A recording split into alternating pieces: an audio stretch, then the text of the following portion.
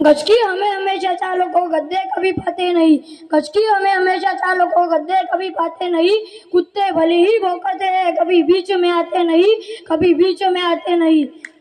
शेर ऐसी शक्ती आहे कुशल होता खेळ में, जंगलामध्ये ज्याप्रमाणे सिंहाचा दरार असतो त्याप्रमाणे आपल्या आचरणातून विचारातून तत्वज्ञानातून ज्यांनी दरार निर्माण केला ते मानवतेचे महान पुजारी वंदनीय गुरुमाऊली गुरुकुंद बिहारी राष्ट्रसंत तुकडोजी महाराज यांच्या चरणी नतमस्तक होऊन विनम्र अभिवादन करतो।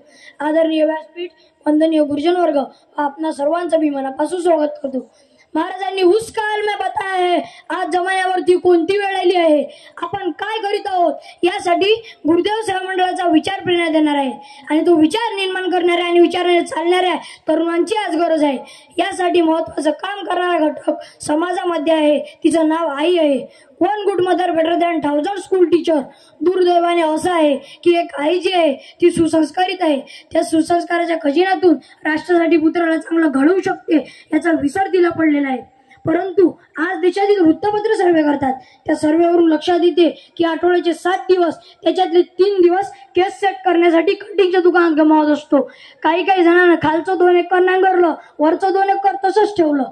काही जणांना खालचं संपूर्ण गायब केलं, वरती फुलगोबी ठेवली। आपल्याला विचार पडते की फुलगोबी तर वावरात पेरली आणि फुलाच्या डोक्यावर कुठून आला। काही जणांनी त्याच्यावर डिझाईन केल्या। हे सर्व करत असताना माय बापाला विनोदाचा भास वाटतो।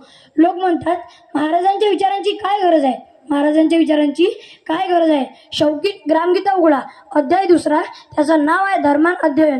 शौकीन राहणीवर जावी, सुगंधी फुलेही त्वजावी, कोणी बाल न ठेवी तेल न लावी, ऐसे करावे। या भारतात या सर्व विचारांचा अंत होईल तेव्हा हे सर्व विचार हात घाईस येतील। That is call end of ideology, त्याला विचारसरणीचा अंत म्हणतात।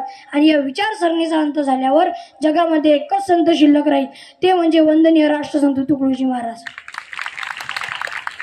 ज्या गाडगे बाबाला खरी भक्ती कळाली ते गाडगे बाबा हातात खराटा घेऊन रोगराईचा नायनाट करण्यासाठी झाडाला निघतात आणि म्हणतात माझ्या परमेश्वराची सेवा मी करतोय।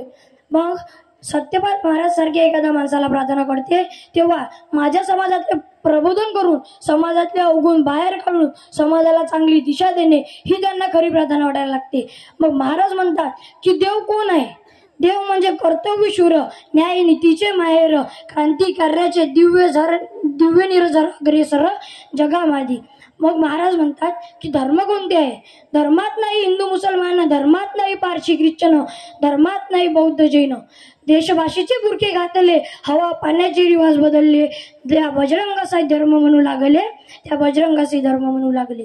मग महाराज म्हणतात धर्म हे नाही आहे, धर्म आहे माणुसकी। माणुसकी न्यायावरी शोभती आणि न्याय कोणाच्याही प्रती एकच असतो। सर्व धर्मांचा समन्वय, विश्व शांतीचे उपाय, लोक सुधारणेचे विद्यालय, सामुदायिक प्रार्थना, लोक सुधारणेचे विद्यालय, सामुदायिक प्रार्थना।